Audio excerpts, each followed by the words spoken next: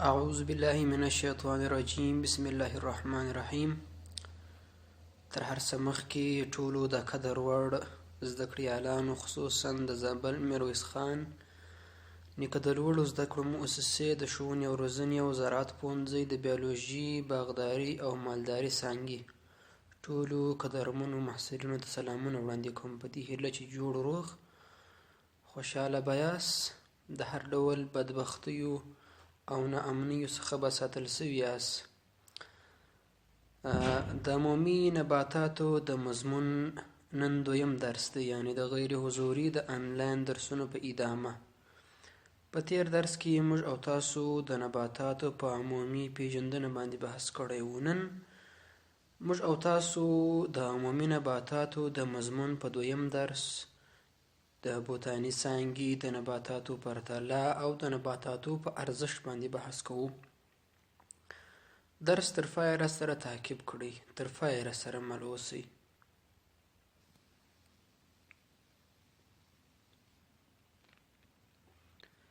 هغه مطالب چې موږ او تاسو به په همدې درس کې پرې بحث کوو د ژوندي او غیر ژوندي موجوداتو توپیرونه، د بوتاني مهمې څانګې، د نباتاتو ارزښت او د نباتاتو ځانګړتیاوې دي. لومړی راځو موږ او تاسو د ژوندیو او غیر ژوندیو موجوداتو پرتله کوو. تر ټولو لومړی شیپ اینډ فارم، شکل او جوړښت. ټول ژوندي موجودات یو تنظیم شوی بدن، معین شکل او جوړښت لري. که چیرې موږ او تاسو یو ژوندی موجود ګورو، کله چې یو ژوندی موجود جوړیږي په لومړي سر کې د مثال په ډول باندې یو اټوم، له اټوم څخه وروسته بیا مالیکول، له مالیکول څخه وروسته بیا کمپاوند یا مرکب، له مرکب څخه وروسته بیا چې جوړیږي سیل یعنی حجره جوړیږي، له حجرې څخه وروسته بیا چې جوړیږي ټیشو یعنی انساج جوړیږي، له هغه څخه وروسته بیا ارګان یعنی غړی جوړیږي، له هغه څخه وروسته بیا سیستم جوړیږي، له هغه څخه وروسته بیا یو ارګانیزم جوړیږي. یعنی ټول ژوندي موجودات یو داسې تنظیم شوی بدن لري چې لومړی مثلا یوه حجره، وروسته څو حجرې، وروسته انساج، او همدارنګه وروسته غړي، او همدارنګه سیستمونه، او همدارنګه وروسته به ارګانیزم منځته راځي. د دوی همدغه بدن د حجراتو، انساجو او غړو سیستمونو په وسیله باندې تنظیم شوی دی. یو تنظیم شوی بدن لري، معین شکل لري. یعنی بعضې حجرات چې دي هغه ګرد شکل لري، بعضې ژوندي موجودات کروي شکل لري، بعضې چې دي هغه مستطیل شکل دي. داسې مختلف اشکال او شکلونه سره پیدا کیږي. مثال په ډول باندې بکټریا ده، هغه یو داسې شکل لري. همداسې امیب دی چې هغه مثال یو داسې شکل لري. همدارنګه انسانان چې دي هغه نو خپل معین شکل، هر ژوندی موجود چې هغه یو معین شکل لري. اما غیر ژوندي موجودات تنظیم شوی بدن، معین شکل او جوړښت نه لري. دوم پروتوپلازم. ټول ژوندي جسمونه د پروتوپلازم په نوم ژوندي مواد لري. غیر ژوندي جسمونه دا نه لري. که چیرې د ژوندیو موجوداتو حجره مو تاسو په نظر کې ونیسو، هلته دوه ډوله اجسام دي. یو په هغې کې غیر ژوندۍ برخه ده، همدارنګه بله یې ژوندۍ برخه ده. همدغه ژوندۍ برخه چې په هغې کې هسته، همدارنګه سایتوپلازم او همدارنګه ځینې نور ارګانیلونه دا ټول شتون لري. دا عبارت دی له پروتوپلازم څخه، یعنی دا د دوی ژوندۍ برخه ده. اما غیر ژوندي موجودات چې دي هغه دغه ژوندۍ برخه یا هم پروتوپلازم نه لري. باډي سټراکچر. ټول ژوندي موجودات حجروي جوړښت لري چې له یوه یا څو حجرو څخه جوړ شوي دي. یعنی ژوندي موجودات چې دي هغه د حجراتو په اساس باندې په دوو برخو باندې ویشل شوي دي. یو چې دی هغه اني سیلولر دی، همدارنګه بل چې دی هغه مولټي سلولر دي، یعنی یو حجروي او څو حجروي دي. یو حجروي د مثال په ډول باندې لکه بکټریا، امیب، همدارنګه په پروټوزوا او د مختلفې پروټوزواوې ټولې یو حجروي دي. همدارنګه مثال یوګلینا دا هم یو حجروي دي. مولټي سلولر د مثال په ډول باندې نباتات، پنجان، انسانان، یعنی ټول فقاریه حیوانات او همدارنګه ځینې غیر فقاریه حیوانات، دا ټول څه شي دي؟ دا څو حجروي دي. یعنی دوی له یو له څو حجرو څخه چې شي دي جوړ شوي وي. د دوی اساس چې دی هغه حجره ده. میتابولیزم. ژوندي موجودات د میتابولیکي خاصیتونو لرونکي دي. میتابولیزم ټول هغه کیمیاوي تعاملونه کوم چې د یو ژوندي موجود په بدن کې سرته رسیږي هغه عبارت دی میتابولیزم څخه، چې هغه بیا دوه برخې لري. یو چې دی هغه انابولیزم دی، بل یې کټابولیزم دی. انابولیزم چې دی هغه تعمیري برخه ده، همدارنګه کټابولیزم چې دی هغه تخریبي برخه ده. یعنی د انابولیزم د عملیې په نتیجه کې چې کېږي مواد جوړیږي، او په کټابولیزم کې چې په مصرف رسیږي. په انابولیزم کې مثال په ډول باندې ساده مواد چې دي په پیچلو باندې بدلیږي، او په کټابولیزم کې بیا پیچلي په ساده باندې بدلیږي. دا د یو میتابولیکي خاصیت دی چې په دوی کې لیدل کېږي تر څو د خپل ژوند پایښت وساتي. اما په غیر ژوندي موجوداتو کې بیا دا نشته. ریسپایریشن یا هم تنفس. ژوندي موجودات د خپل عمر په ټوله دوره کې چې کوي تنفس کوي، چې په نتیجه کې کاربن ډای اکساید تولید او انرژي ازادیږي. یعنی تنفس عبارت له عملیه څخه دی چې په هغه کې اکسیجن اخیستل کېږي او کاربن ډای اکساید محیط ته ورکول کېږي او په نتیجه کې انرژي تولیدېږي. دا ژوندي موجودات لري، اما په غیر ژوندي موجوداتو کې دا نه لیدل کېږي.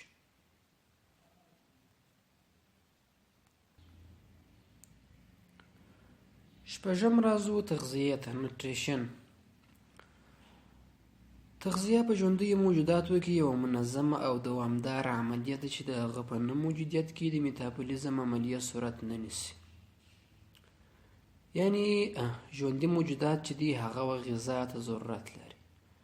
هر هغه مواد کوم چې په بدن کې د انرژي د تولید لامل سي عبارت له غذا څخه دي، یعنی غذایي مواد څخه دي. د همدغو غذایي موادو اخیستل عبارت دی له نوټریشن څخه. په همدغو غذایي موادو باندې بیا د میتابولیزم عملیه صورت نیسي. ځکه موږ او تاسو د میتابولیزم په دوو عملیو کې چې هغه یو انابولیزم او بل کټابولیزم و. موږ تاسو ویله په انابولیزم کې ساده مواد په پیچلو باندې بدلیږي، او په کټابولیزم کې بیا پیچلي مواد په ساده موادو باندې بدلیږي. اوس نو که چیرې همدغه پیچلي یا ساده مواد شتون ونه لري، نو د میتابولیزم عملیه به څنګه صورت ونیسي؟ څنګه به د انابولیزم عملیه صورت ونیسي او څنګه به د کټابولیزم عملیه صورت ونیسي؟ نو ژوندي موجودات چې دي همدغه مواد ته ضرورت لري، چې همدا مواد چې دي هغه تغذیوي مواد دي، په همدغه باندې بیا د میتابولیزم عملیه صورت نیسي. که چیرې دوی نه وي، د میتابولیزم عملیه بالکل صورت نه نیسي. ځکه په میتابولیزم کې چې دا مواد بدلیږي په پیچلو یا په ساده باندې، هغه باید د نوټریشن په واسطه باندې واخیستل شي. اووم ډیولپمنټ اینډ گروث. وده او پراختیا په ژوندیو موجوداتو کې د نسل تولید او ناملیکي عکس العملونو نتیجه ده.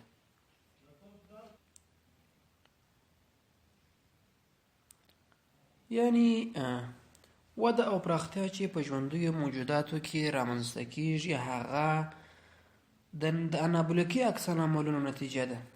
که چیرې موږ او تاسو یو نبات ګورو چې هغه له یو تخم څخه یو بشپړ نبات منځته راځي، نه لومړی تخم وي، بیا له هغې څخه وروسته په جنین باندې بدلیږي، چې وروسته بیا له پلومیور څخه یې سایکل راډیکل څخه یې ریښه، بالاخره یو ځوان نبات څنګه کېږي؟ رامنځته کېږي. له هغه څخه وروسته یو مکمل نبات، بیا بالاخره وروسته د حاصل یا هم پوخ شوی د حاصل ورکوونکی نبات دا ټول رامنځته کیږي. دا هره عملیه یوه وچیش ته ضرورت لري، غذا ته ضرورت لري، انرژي ته ضرورت لري. دغه انرژي چې بیا حاصلیږي دا د میتابولیزم د عملیې په نتیجه کې چیش کیږي؟ حاصلیږي. نو ځکه موږ او تاسو وایو همدغه وده او پراختیا چې ده دا د انابولیکي عکس العملونو نتیجه ده. انابولیزم موږ تاسو ویلی وو چې د ساده موادو بدلول پیچلو موادو باندې دا یو تعمیري برخه ده. په دې کې مواد جوړیږي، په بدن کې مواد څه به کېږي؟ جوړیږي.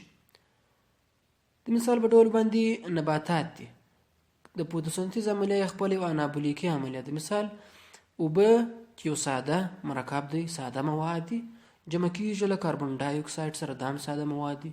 په نتیجه کې چې شي موږ ته راکوي؟ ګلوکوز راکوي، اکسیجن چې دا پیچلي مرکبات دي. نو دا هم یو انابولیکي عملیه ده. د همدغې عملیې په وسیله باندې غذایي مواد جوړیږي، نبات رشد او وده کوي.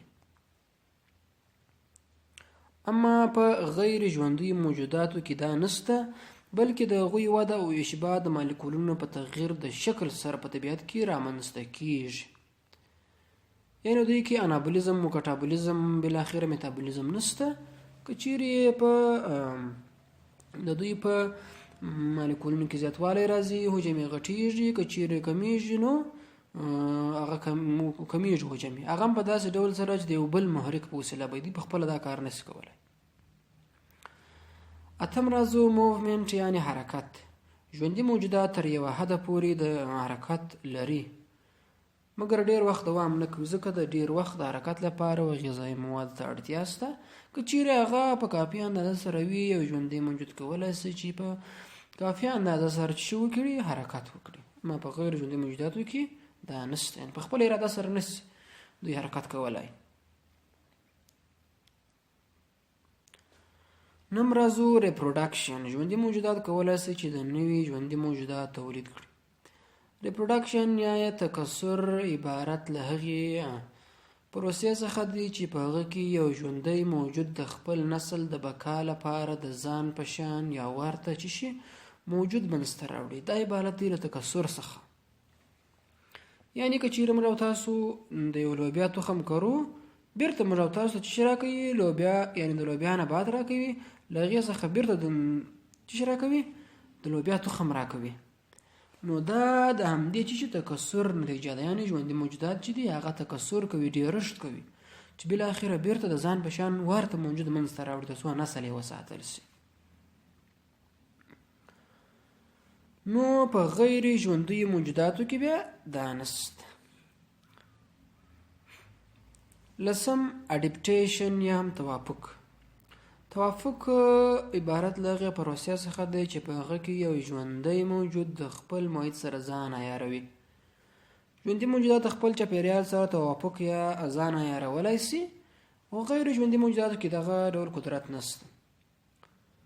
یعنې هر ډول محیط په دوی باندې هماغه ډول اغېزه کولی شي. اما ژوندي موجودات چې مثال په ډول باندې که چیرې انسانان او نباتات په نظر کې ونیسو، په دوی باندې په افغانستان کې مثال یا په ډېره اسیایي هېوادونو کې 4 ډوله موسمونه دوی باندې تېرېږي، نه؟ پسرلی، دوبی، منی، ژمی. دا ټول مختلف چې دي موسمونه دي. دلته دوی که چیرې موږ یا نباتات په یوه محیط کې یا په یوه موسم کې ژوند کولی سوی، نو څنګه بیا دا ټولو موسمونو سره موږ او تاسو کولی شو چې ژوند وکړو؟ نو دلته موږ او تاسو اډپټیشن موضوع وایو، چې موږ او تاسو کولی شو له هر ډول محیط سره په شمول د نباتاتو ځان عیار کړو. اما غیر ژوندي موجودات دا نشي کولی. لایف سایکل یا د ژوند دوران. ټول ژوندي موجودات د ژوند یو دوران لري. د مثال په ډول باندې نباتات د دوی د ژوند دوران په دې ډول سره دی. مثال په ډول باندې لومړی چې ده د پیدا کېدو مرحله ده، یعنی له تخم څخه د نبات د راشنه کېدو مرحله. دې ته کوم مرحله وایي؟ د پیدا کېدو مرحله ده. له هغه څخه وروسته ودهیزه مرحله ده چې دا نبات چې کوي؟ وده کوي، یعنی غټیږي، د ودې په حالت کې وي. له هغه څخه وروسته د ځوانۍ مرحله ده.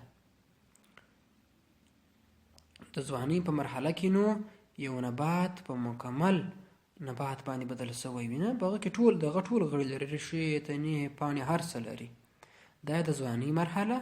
له هغه څخه وروسته د تولید مرحله ده، نه چې په هغه کې بیا د ژوندي موجود ګل یا هر څه برخې چې دي هغه تولید ورکوي، یعنې حاصل ورکوي. تولید مرحله ده. او د ډیروالي مرحله ده. له هغه څخه وروسته د بوډاتوب مرحله ده. کله چې یو نبات حاصل ورکړي، له هغه څخه وروسته د چې کېږي د بوډاتوب مرحلې ته ځي. کومې مرحلې ته ځي؟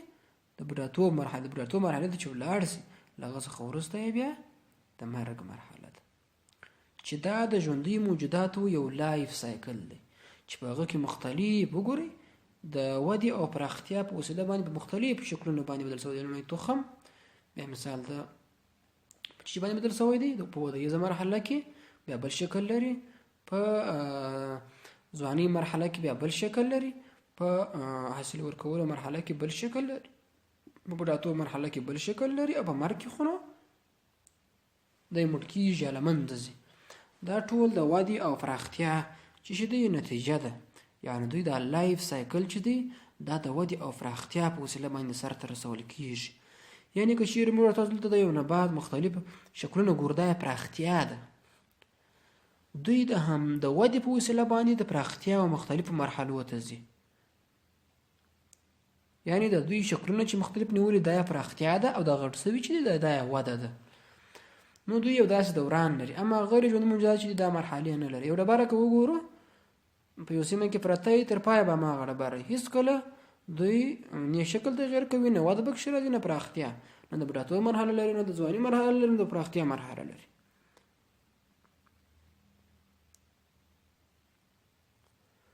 اوس راځو موږ تاسو د بوتاني مهمې څانګې وایو. لومړی مورفولوژي. مورفولوژي چې ده هغه له دوو کلمو څخه اخیستل شوې ده، چې یو چې دی هغه مورف دی او بل لوجي ده. مورف وایي شکل ته، او لوجي چې ته وایي دا مورف شکل ته وایي. مورف وایي شکل ته او لوجي پوهې ته. مورفولوژي هغه علم دی کوم چې نباتاتو له ظاهري جوړښت څخه بحث کوي. مورفولوژي هغه علم دی کوم چې د نباتاتو هغه ساختمانونه تر څېړنې لاندې نیسي کوم چې د سترګو په وسیله باندې لیدلو وړ وي. اناټومي هم له دوو کلمو څخه اخیستل شوې ده، چې یو چې دی هغه انا دی او بل ټوم دی. انا وایي علي یا علي ته وایي، او ټوم وایي تش ته تسلیخ. یعنی اناټومي بیا هغه علم دی کوم چې د نباتاتو داخلي جوړښت تر څېړنې لاندې نیسي.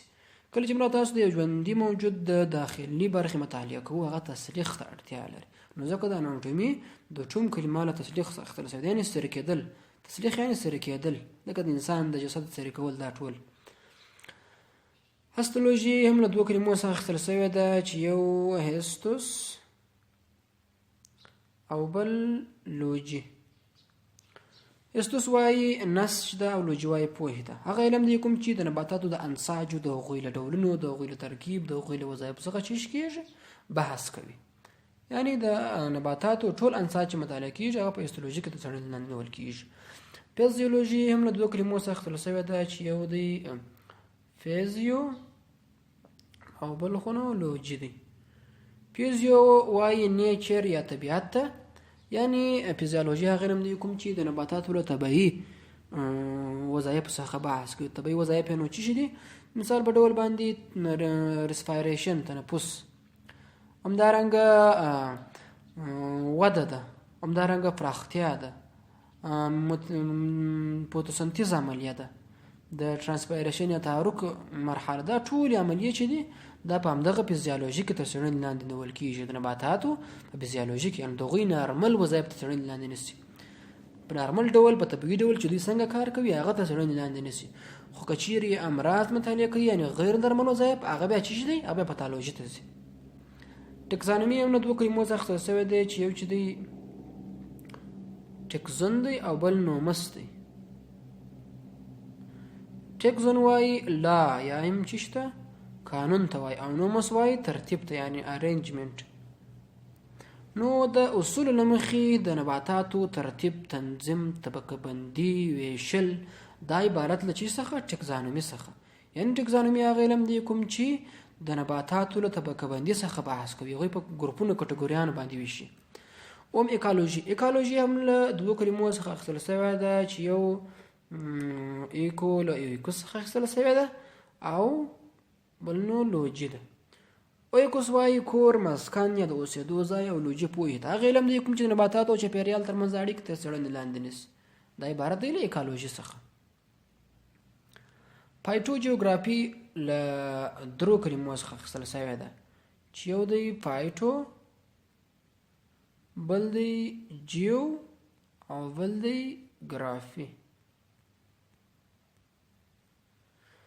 فایټو وایي نبات ته، جیو وایي ځمکې ته او ګرافي ویش. یعنی د نباتاتو په ځمکه باندې د نباتاتو ویش ته ویل کیږي. په سمانا سره فایټوجیوګرافي هغه علم دی کوم چې د نباتاتو له جغرافیوي پراختیا، د هغوی انتشار، د هغوی د چاپېریال ډول، دا ټول تر څېړنې لاندې نیسي.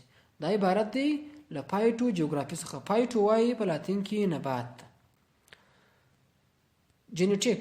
جینیټکس هغه علم دی کوم چې د نباتاتو له والدینو څخه د هغوی و اولادونو ته ارثي خواص د څېړنې لاندې نیسي. یعنی نباتات یا په مجموع کې ټول ژوندي موجودات چې دي هغه خپل ارثي خواص انتقالوي به راتلونکي نسل ته. نو همداسې نباتات هم دا خاصیت لري. نو په جینټیک کې دا مطالعه کیږي. لسم دی پالیو بوتاني. پالیو وایي و فوسیل ته یا پاتې شوني. هغه علم دی کوم چې نباتي فوسیلونو څخه بحث کوي. فوسیلونه هغه جوړښتونه دي کوم چې په حقیقت کې د هغوی هغه ژوندی ارګانیزم له منځه تللی وي، بلکې د هغه بقایاوې پاتې وي. مثال په ډول باندې په نباتاتو کې فوسیلونه د هغوی د نباتاتو ځینې تنې دي، د هغوی ریښې دي، د انسانانو هډوکي دي، د هغوی مثال په ډول باندې د سر د کاسو هډوکي، مختلف جوړښتونه، د غټ غټ ډاینوسورانو اسکلیټونه دي. دا ټول عبارت له فوسیلونو څخه، پاتې شوني څخه. نو د نباتي فوسیلونو څخه چې بحث کوي هغه پالیو بوتاني ده، او هغه چې بیا عموما فوسیلونو ته څېړنې لاندې نیسي هغه پالنتولوژي ده. فارماکوجینوسي هغه علم دی کوم چې د درملو او د هغوی له استعمال څخه بوتانیک ته څېړنې لاندې نیول کیږي. فایکولوژي هغه علم دی کوم چې الجیان مطالعه کوي. الجیان ځکه په بوتانیک کې مطالعه کیږي ځکه که چیرې تاسو په مخکې نظریه کې فیاد وي، په مخکنۍ نظریه کې لومړۍ حجره چې منځته راتلله، بیا مثال بکټریا او د یوې نظریې له مخې نه موږ تاسو پرې بحث کړی دی. هلته دوی وایي د نباتاتو چې تکامل کړی دی هغه علم دغو الجیانو څخه کړی دی، نه یعنی له الجیانو څخه نباتاتو تکامل کړی دی. نو ځکه دوی دلته هم مطالعه کوي. د نباتاتو ارزښت، لومړنۍ اړتیاوې لکه غذا او کالي له دوی څخه لاسته راځي. ټولې لومړنۍ اړتیاوې تاسو غذا او کالي زموږ او ستاسو لومړنۍ اړتیاوې دا دوی موږ تاسو ته راکوي. د تعمیرونو مواد، لرګي، کاغذ او سکارو څخه لاسته راځي. مثال په ډول باندې د کورونو د پوښلو لپاره، همدارنګه د لرګي مثال تختې، سکاره، دا ټول له دغو موادو څخه لاسته راځي. تازه او وچې میوې زموږ او ستاسو بدن چې دی هغه مختلفو کاربوهایډریټونو، ویټامینونو، پروټینونو، ټولو غذایي موادو ته اړتیا لري چې همدغه مواد موږ او تاسو له همدغو نباتاتو څخه لاسته راوړو چې هغه په تازه او وچو میوو کې دي، خصوصا ویټامینونه. درمل جوړولو کې په پراخه کچه استعمالیږي، خصوصا په یوناني دواخانې که چیرې موږ تاسو ګورو هغوی تقریبا له 90 څخه تر 95 یا 98% پورې درمل چې دی هغه له نباتاتو څخه په طبیعي ډول لاسته راځي. نو ځکه هغه چې دی تر نورو درملو کوم چې په مصنوعي ډول جوړیږي لږ یا بیخي ډیر کم اندازه سره خطرناک دی او تاوان نه لري. یعنې که چیرې وخوړل سي تاوان یې ډیر کم دی نسبتا تر دا نورو درملو. محیط ته د اکسیجن ورکول او کاربن ډای اکساید اخیستل. نباتات چې دی هغه کاربن ډای اکساید له محیط څخه اخلي او هغه موږ تاسو ته په اکسیجن باندې بدلوي، موږ تاسو ته اکسیجن راکوي. نباتات چې دی هغه همدغه کاربن ډای اکساید ته داسې ضرورت لري لکه اوبو ته چې ضرورت لري. لکه څنګه چې نباتات اوبو ته ضرورت لري همداسې دغه کاربن ډای اکساید ته هم ضرورت لري. که چیرې اوبه نه وي نو ځای ترکیب عملیات د سر ته نشي رسولی، خو که چیرې کاربن ډای اکساید وي هم یې سر ته نشي رسولی. نو دوی لپاره یو ډیر مهم لومړنۍ اړتیاو څخه یو غاز دی او زموږ تاسو لپاره مضر دی. نو په دې کې د الله پاک حکمت دی چې دوی ورته اړتیا لري او موږ او تاسو لپاره مضر دی. نو دا یو داسې دوران دی چې دوی ته کاربن ډای اکساید دوی اخلي، موږ ته اکسیجن راکوي. موږ تاسو لپاره اکسیجن لکه څنګه چې موږ تاسو لپاره اکسیجن څومره مهم دی، دوی لپاره کاربن ډای اکساید دغه مهم دی نباتات لپاره. تر څو بیا هلته ورسي له اوبو له هایدروجن سره یو ځای سي، په نتیجه کې موږ تاسو د ګلوکوز راکړي، اکسیجن چې شو کې د اضافي محصول په توګه باندې تولید کړي. نو محیط ته اکسیجن ورکوي او کاربن ډای اکساید اخلي چې دا د نباتاتو یو له مهمو ځانګړنو څخه ده. د هوا تصفیه او یخه ساتل. که چیرې موږ تاسو دوې سیمې په نظر کې ونیسو، په یوه هغه سیمه چې په هغې کې نباتات وي او بل هغه سیمه چې په هغې کې نباتات شتون نه لري. دا که چیرې موږ تاسو یو سړک په نظر کې نیسو او دغه دا نباتات یو باغ په نظر کې نیسو، په کومه سیمه کې چې نباتات وي او په کومه سیمه کې چې نه وي، د دوی ترمنځ د هوا په ګرموالي کې ډیر زیات توپیر دی. د مثال په ډول باندې که چیرې په همدغه ساحه کې د هوا د تودوخې درجه 10 سانتي ګریډ ته رسیږي، په همدغه ځای کې به 20 سانتي ګریډ یا 25 سانتي ګریډ ته رسیږي. یعنې په دوه اندازه سره توپیر دلته پیدا کېږي پکښې. نو ځکه دوی هوا هم تصفیه کوي او هم یې یخ ساتي. نو د دې لپاره چې موږ تاسو هوا یخه وساتو، باید نباتات وکرو او له ودانۍ جوړولو څخه منع وکړو. د ځمکې ښکلا. طبیعت چې ښکلی دی هغه په نباتات ښکلی دی. طبیعت نه په موټر ښکلی کېږي، نه په ودانۍ ښکلی کېږي، نه په غټو تعمیرونو ښکلی کېږي، په هېڅ شي نه ښکلی کېږي. د طبیعت ټوله ښکلا په طبیعي شیانو چې هغه نباتات په دوی کې ده. نو مثال په ډول مختلف ګلان دي، شینګیا ده چې دا د انسان دماغ ته سکون او راحت ورکوي. همداسې د ځمکې په ښکلا کې هم ډېر مهم رول لري. د نبات مهمې ځانګړتیاوې. نبات مهمې ځانګړتیاوې لري چې مثال د هغوی څخه تکثر دی، نباتاتو وچېدل دي، مړینه ده. دا د نباتاتو له مهمو ځانګړنو څخه دی، یعنې د هغوی تکثر، وچېدل، همدارنګه مړینه، دا یې مهمې ځانګړنې دي د دوی. او همدارنګه نباتات چې دی هغه د کیمیا او فزیک په نسبت ولاړ دي. په میتابولیزم کې په بشپړه توګه کیمیا او فزیک تکراریږي. که چیرې موږ او تاسو د نباتاتو فزیولوژي ته راسو، هلته چې موږ تاسو ته فوتوسنتیز عملیه ویلې وه نه، هلته که چیرې موږ تاسو د فوتوسنتیز عملیه لیکو، هلته کیمیا په څه ډول پکې ښکارېږي؟ په دې ډول سره چې نباتات اوبه همدارنګه کاربن ډای اکساید سره یو ځای کوي، په نتیجه کې چې کوي د لمر د وړانګو په شتون همدارنګه کلوروفیل کې موږ تاسو ته ګلوکوز راکوي، C6H12O6، په نتیجه کې چې شي اکسیجن د اضافي محصول په توګه باندې محیط ته ازادیږي. نو دا ټوله کیمیا ده، یعنی دا د یو میتابولیکي انابولیکي عملیه ده. په میتابولیزم کې انابولیکي عملیه ده چې په دې کې دا دی وګورئ ټوله کیمیا تکرار شوې ده. نو ځکه دوی وایي چې نباتات چې دي هغه د کیمیا او فزیک په نسبت باندې ولاړ دي. او همدارنګه د فزیک مثال داسې ورکولی شو چې موږ تاسو ګورو دا یوه وړانګه چې سپینه وړانګه چې له لمر څخه راځي، دا که د منشور څخه تېره رسي، دا په اووه وړانګو باندې چې کېږي، په اووه ډوله رنګونو باندې تقسیمیږي. نو د همدغه وړانګې چې بیا هر یو ځان ته طول موج لري، یو یې لږ، بل یې ډېر، بل یې کم، همداسې. او د دغو طول موج په توپیر سره بیا نباتات چې کوي د همدغه وړانګې جذبوي، دغه وړانګې چې پکوي جذبوي. نو دا دلته که چیرې موږ وګورو دا د فزیک یو مثال دی. نو ځکه موږ وایو چې دوی د فزیک او کیمیا په نسبت ولاړ دي. نباتات باید د انرژي د ذخیره کولو او د استعمال له طریقو مفهوم ولري. که چیرې نباتات ګورو، هغه مثال له یو تخم څخه یو نبات منځته راځي، نه مثال یو تخم وي، بیا وروسته یو ځوان نبات منځته راځي، بالاخره وروسته یو مکمل نبات منځته راځي، همدارنګه له هغه څخه وروسته بیا د تولید مرحله ته نبات ځي. دا ټول د همدغه غذا د انرژي په وسیله باندې دی. یعنې که چیرې انرژي نه وي، غذایي مواد نه وي، دوی دغه ټولې عملیات یې کولی نه شي. نو دوی باید د ذخیره کولو او د استعمال طریقو څخه مفهوم ولري چې هغه دوی چې ده پراختیا ده، وده یې ده، دا په مختلفو شکلونو چې لیدل کېږي، دا ټول د همدغه غذا نتیجه ده. نباتات تکثر کوي. دا یو واضح حقیقت دی چې موږ تاسو په مخکې مو ویل چې نباتات چې دي هغه د خپل نسل د پایښت لپاره د ځان په شان ورته نبات منځته راوړي چې دا بهر د تکثر څخه پیدا کوي. جینونه خپل خاصیتونه او ارثي خواص اولادونو یعنې وروستي نسل ته انتقالوي. که په ساده ډول سره ووایو چې که چیرې موږ تاسو یو جواری کرو له هغه څخه وروسته بیرته موږ تاسو ته چې لاسته راکوي د جواري نبات لاسته راکوي. داسې به مو نه لیدلي چې جواری مو کرلی وي او غنم یې لاسته راکړی وي، جواری لاسته راکوي نه.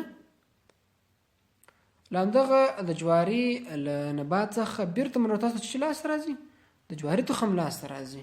لامل یې دا دی چې همدغه تخم دغه خواص را انتقال کړي دي او خپل چی ته اولاد ته دا والد دی دا اولاد دی دغه ته خواص را انتقال کړي دي ټول خواص انتقال شوي دي نو ځکه بیرته جواری لاسته راغلی دی. جین او دغه خواص بدلیدلی سي، یعنی د مختلفو میوټنټ یا هم د موټیشن راوستونکو لکه مثال تودوخه، همدارنګه ځینې کیمیاوي مواد او همدارنګه ځینې وړانګې دا په بعض دې ته وایي میوټنټ، یعنې چې شي د میوټیشن راوستونکي. میوټیشن چې ته وایي ناڅاپي تغییر ته وایي چې د ژوندي موجود په بدن کې رامنځته کېږي. نو کله چې د همدغو په وسیله باندې میوټیشن رامنځته سي نو دلته دا جین خپله چیش کوي د خپل خواص بدلوي.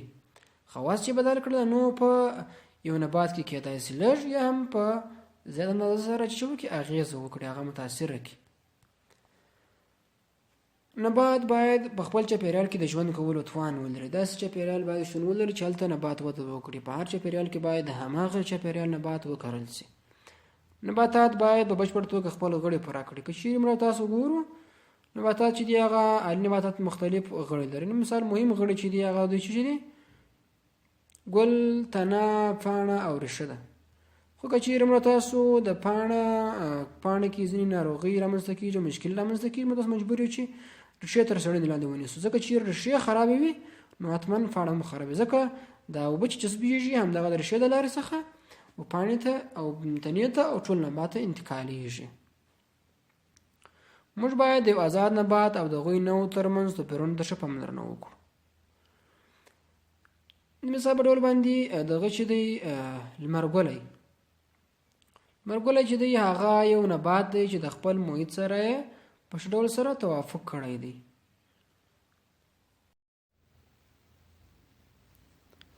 درس پای ته ورسېدی.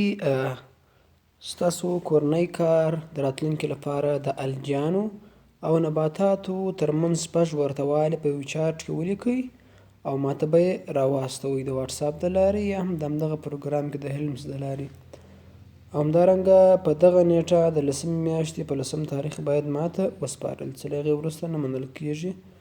بیولوژي 2م ټولګی، د زراعت 1 ټولګی، باغداري او مالداري څانګې. موږ او ستاسو راتلونکی درس به د نباتاتو سایتولوژي وي. په هغوی کې موږ او تاسو د نباتاتو مختلف حجراتو ډولونه ووایو، همدارنګه حجروي ویش او د حجرې ارګانیلونه، د هغې جوړښتونه، برخې، اجزاوې دا به ټول موږ او تاسو ووایو انشاءالله. پاملرنې مو یوه نړۍ مننه. که چېرې کوم پوښتنه لرئ کولی شئ چې راته پرېږدئ. تر راتلونکي 3م درس پورې ښه وخت او ښې چارې. خدای مو مل شه.